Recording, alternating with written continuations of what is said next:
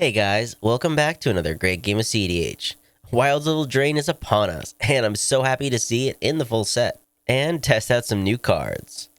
But question for the viewers, are there any cards you're excited about, or cards you think missed the mark? Let me know in the comments down below.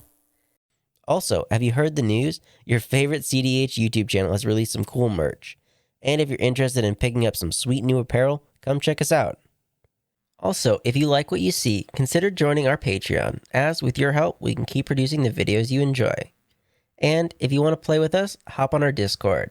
We have an ever-growing community that loves to talk MTG, or whatever else strikes our fancy. And we would love to meet new people. Alright, block there, kill that. Oh, that is trample. Guess I'm just dead on board. Starting us off is Ghost Stealers with Rowan, Scion of War. This is a Rakdos Adnos strategy, as even a few points of life can make Rowan's cost reduction a real threat, with a deck full of powerful X spells. Next up is Hidden Planet X on Hylda of the Icy Crown. This is an Azorius creature control list. Aiming for the long game, Hylda's ability gives an insane amount of value, especially when paired with cards such as Opposition, to allow you to both draw cards and amass an army of 4/4s. In the third spot is Teddy playing Eriette of the Charmed Apple. This is an Orzhov stax list, aiming to amass a variety of stax pieces and auras to drain his opponents dry over the course of the game. And bringing up the rear, we have a guest to the channel, Mab the Queen, who has brought Talion, the Kindly Lord. This is Dimir midrange, featuring the classic Adnos Thoracle lines, while adding in some spice, with the addition of clones for Talion and Bloodchief Ascension, as you can activate it very quickly with Talion. And if you want to know more about the deck, Mab actually has a 100-thread tweet where she explains each card choice and her reasonings behind it. But without further ado, let's get on to the gameplay. Ghost Stealers Most of 5. Hand starts off the game with a Luxury Suite and a Jeweled Lotus. And since that Lotus doesn't help with anything other than casting his commander, he ends his turn cracking it to cast Rowan. Hidden plays a Sea of Clouds and casts a Gideon's Lawkeeper. Teddy plays a Polluted Delta, cracking it, but shortcuts, as he casts a Soul Ring into a Cursed Totem. Cursed Totem, let's go! No! Yeah, and then I'm gonna pass. Mab plays a Swamp and passes. Ghost Stealers has a Marsh Flats and taps 1 for a Skirk Prospector. Seeing as he can't use Rowan's ability, he turns the commander sideways at Mab for 4. You know, player removal is a good way to get rid of things like Cursed Totem. No. I think what he's doing is right. You know. With Stealers at his second main, cracking his fetch for a land and shortcutting, as he Imperial Seals as well. Hidden was hoping he was grabbing an answer to the totem, but Stealers mentioned he doesn't have any payoffs in hand, and wasn't sure what to get. Hidden untaps and plays an Adhikar Waste. The Cursed Totem is hurting pretty badly in a deck full of activated abilities, so Hidden sends his Lawkeeper at Teddy for 1. Teddy plays a Vault of Champions as land, and for 2 mana gets him a Lotho, Corrupted Sheriff, following that up with a Lotus Petal and a Lotho trigger for a treasure. Mab has an island and likes the idea of Lotho, as she casts a Phantasmal Image, cloning the Sheriff and passing after that. Ghost Stealers casts a Painted Servant, naming red on the ETB, and heads to combat, sending Rowan at Teddy for 4, and the Skirk Prospector heading at Mab. Hidden starts off with combat, sending his 1/1 at Teddy. Mab, I think we're getting bullied. We're hurting people. Hidden then on his second main plays an Exotic Orchard and taps 2 for a Grim Monolith. Teddy has plenty of mana, but is lacking action, as he casts his commander, Eriette of the Charmed Apple. Mab has a Mana Conflux, and surprisingly, no one has fed the Lotho, so luckily for the table, no Talion this turn at least. Ghost Stealers plays a Mount Doom as land, and heads to combat. He sends Rowan at Mab, with the rest heading at Hidden. There are no blocks, and he hands the turn over after that. Hidden draws her turn, and plays a Forbidden Orchard. He then casts his commander Hylda, and left with a floating colorless casts a Variety Circle, giving the 1/1 spirit to Mab. This also triggers both Lothoses, to give Teddy and Mab a treasure each, with Teddy at his end step Enlightened Tutoring, ultimately putting a Benevolent Blessing on top. Teddy untaps, draws his tutored card, and casts a blessing, targeting his commander. Stealer does have a response, as he doesn't like the idea of a protection from everything commander, as he pays 4 life to snuff out the commander. Also, looking back at it, I didn't realize this was our mistake, but snuff out can only destroy non-black creatures, so Eriette should have been fine. And as an extra spicy twist, Teddy actually chooses to put the commander in the graveyard. Although it's not hard to guess why, as he follows it up with an Animate Dead. This does trigger Lothos for both Mab and Teddy, with Mab this time respawning with a Tainted Pact. She starts exiling cards off the top, finding a lot of lands, and notably exiling Labman in the process, finally ending with the Cyclonic Rift. Although the Rift doesn't stay for long, as she pitches it to a Force of Will, triggering Lotho again and countering the enchantment. Mab takes 1 off her Confluence to help cast her commander Talion. The Fairy Lord resolves and she picks 2 off the ETB, following it up with a Blood Chief's Ascension, triggering Lotho to gain her and Teddy a treasure and a loss of life. And even spicier is when she heads to combat and sends her spirit at Teddy. Teddy debates throwing away the Lotho, but hopes that other players will be more careful with the Ascension triggers, as he chooses not to block.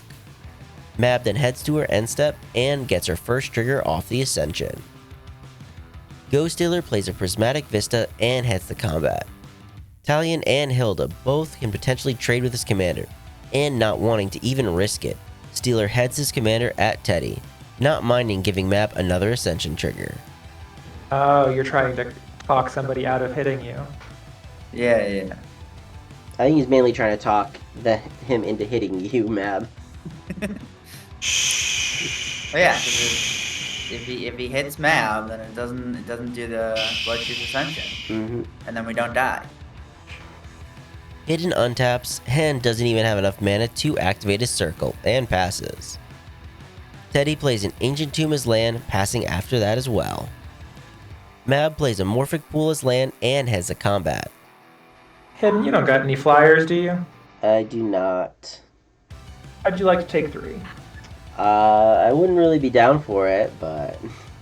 Well, about that. Yeah, I got no blocks, I'll take 3. Okay. I'll go to my end step.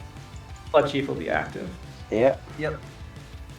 Ghost Stealer starts off his turn with a Faithless Looting, drawing 2, discarding 2, triggering the Ascension for a total of 6 damage, 4 Stealers, and 6 life for Mab.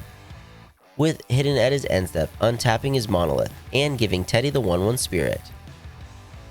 Hidden untaps, draws, and passes.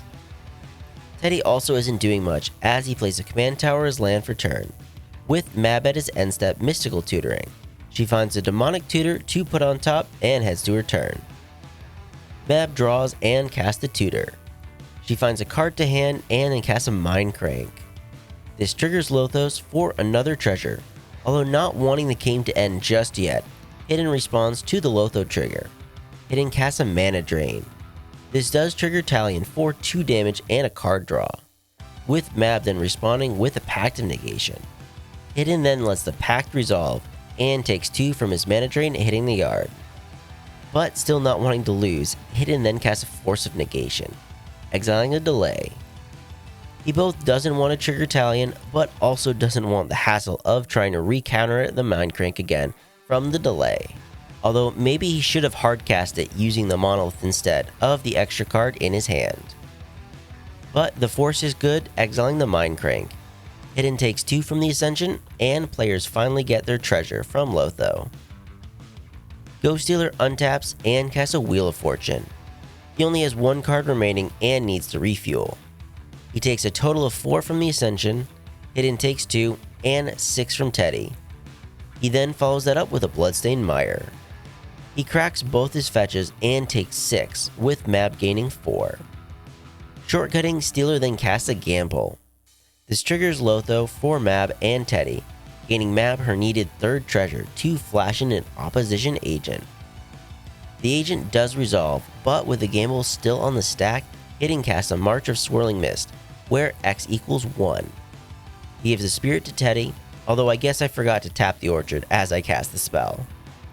This triggers Talion, with Hidden taking 2 from that and another 2 from the Ascension. The agent is phased out and Steelers is good to search for his gamble. And after finding a card to hand, he randomly discards a Twin Flame, taking another 2 from the Ascension. Hidden shocks in a Hollowed Fountain on his turn and for 4 casts a Smothering Tithe, passing after that. Teddy draws and pays for the Tithe. No. You have, you mana have, to you spare, have Teddy. a full grip of 7 cards and you don't have anything better to do with your mana? No, I really don't. Teddy plays a City of Brass and casts a Heliod's Pilgrim. This triggers Talion for a card draw, with Mab giving Hidden a treasure. Teddy then searches out an Aura card, choosing a Curse of Exhaustion to hopefully slow Mab down. He casts the Aura and triggers Lothos, which is actually getting scary with Teddy being at 10 now. The curse then resolves, enchanting Mab, with Teddy ending his turn casting a Blind Obedience, with Talion triggering again to drop him to 8. Mab untaps and then retaps to pay for her pack trigger. Her Oppo also phases back in, and she plays a Spire of Industry as land, ending her turn discarding a Yawgmoth's Will and a Spellseeker. Ghoststealer plays an Ancient Tomb as land and gives Hidden a tap treasure. He then takes 2 off the tomb to cast a Jessica's Will. He gains 7 red mana and exiles the top 3 of his library. Awesome. Damn, Great. bangers on off that. Oh, baby. I love it. Stealer then takes 2 from the Blood Chief and follows it up with a Praetor's Grasp, targeting Mab. Seeing as this is his second spell, Lothos triggers again, and Steelers then gets to search Mab's library, noting that Oppo doesn't stop opponents searching other players' libraries. Ghost Stealer finds a card and then casts a Deadly Rollick from exile, targeting the Oppo agent. The agent is exiled, with Steelers following that up with his exiled Diabolic Intent.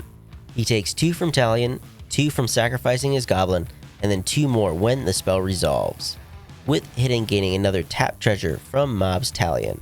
Steeler finds his card, with it being a Dockside Extortionist.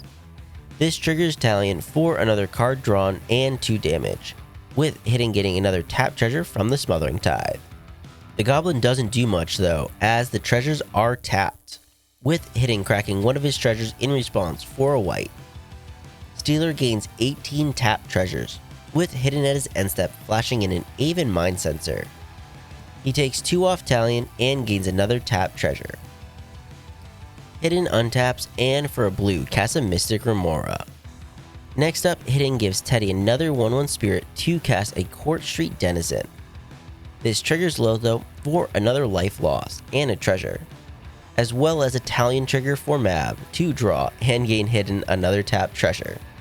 Hidden then has an Impede Momentum targeting the Talion, triggering the Talion, with Mab responding with a Swan Song.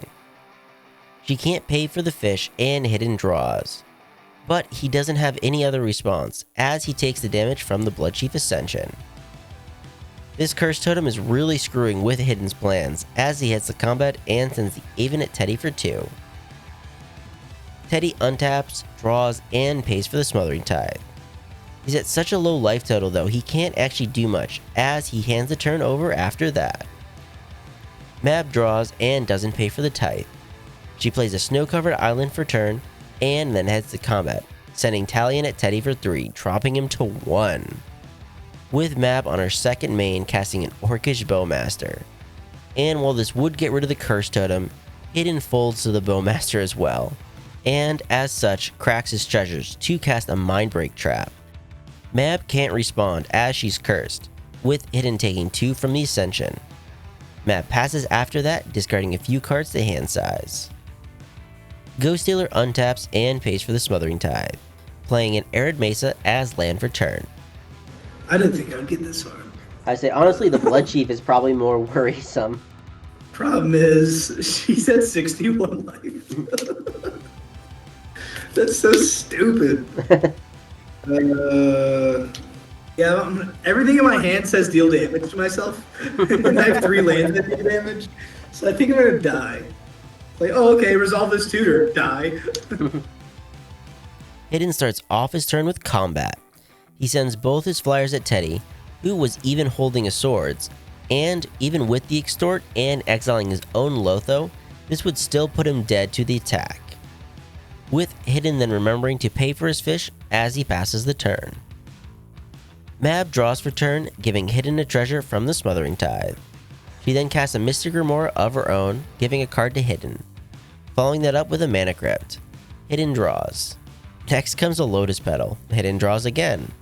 With Mab next casting a Sensei's Divining Top. Hidden draws. With Mab then topping. She looks at the top 3 and likes something as she taps the top to draw. She gives a treasure to Hidden, and then we remember the Lothos trigger to get her own treasure as well. Still going strong, Mab casts a Spark Double. Hidden does have a response as he channels a touch of the Spirit Realm to flicker out Talion for the turn. Although Mab has a response as she snaps Hylda back to Hidden's hand. This prompts another response from Hidden as he uses his Lawmaker to tap down the Phantasmal image, causing it to sacrifice itself. This unfortunately fizzles the ability from Hylda as the stack begins to resolve. As Hylda is bounced, Mab untaps 2 lands, and Talion is flickered for the turn, and Hidden loses 2 from the enchantment hitting the grave. The Spark Double then resolves and enters as a spirit with a +1/+1 counter. Mab then moves to her end step and has Talion re-enter, naming 3 this time off ETB. Ghoststealer heads to his turn and cracks a bunch of treasures to cast a Bolas's Citadel. He gives a card to both Hidden and Mab. He's really scraping for answers and casts a Daminal Pact where X equals 2, losing him a total of 4 life in the process for those 2 cards. Both Mab and Hidden draw. With Teddy now dead, there's no Curse Totem, so Ghoststealer then taps his commander to make his red and black spells cost 4 less.